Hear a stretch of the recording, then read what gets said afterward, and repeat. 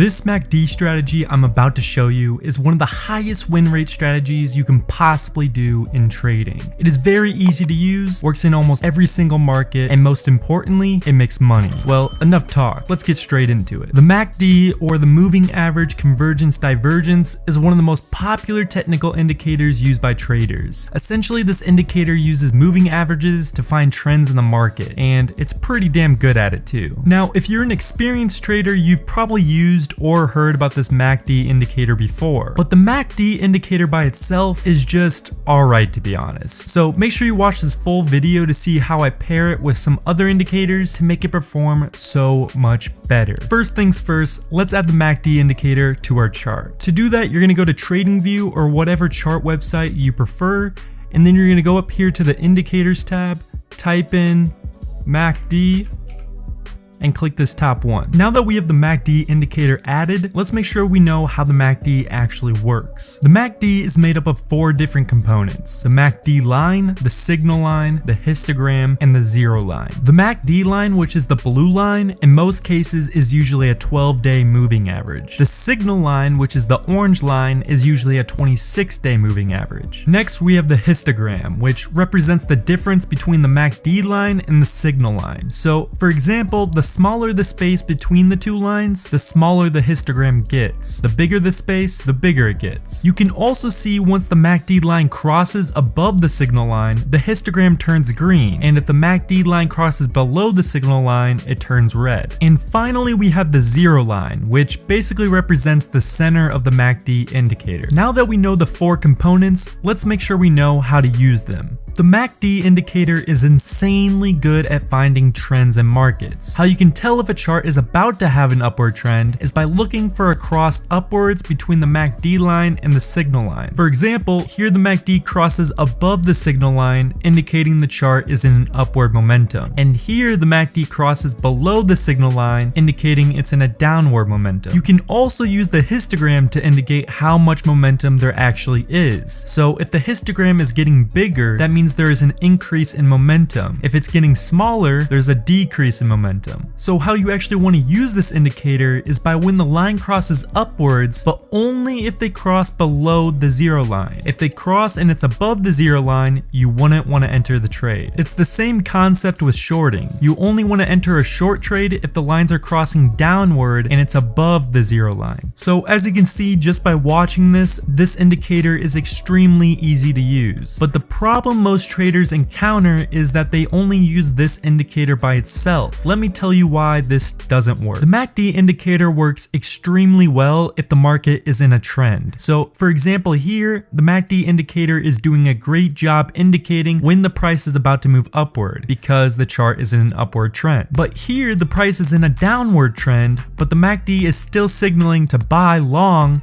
even though the price is going down. A simple fix to this issue, for example, if we're trading long, we only want to trade if the market is in an uptrend. You never want to trade against the trend because the odds will always be against you. So an easy way to figure out if the market is in an uptrend, you simply just need to add a 200-day moving average. To do this, you're going to go to the Indicators tab on TradingView and type in EMA, which stands for Exponential Moving Average or Moving Average Exponential. Click the top one. Then you're going to go here, click the settings of the EMA, and you're going to go to Inputs and change the length to 200, which is going to make it a 200 exponential moving average. Then you're going to go to Style, and I like to make mine red, but you can make it whatever color you want. Once we have the EMA indicator added, you'll see just a single line. If the price is above that line, the market is in an uptrend. If the price is below that line, the market is in a downtrend. So after learning that we only want to trade in an uptrend market if we're going long, so all we have to do is put it all together. We buy if the MACD line crosses below the zero line mark and the current price also is above the 200-day moving average.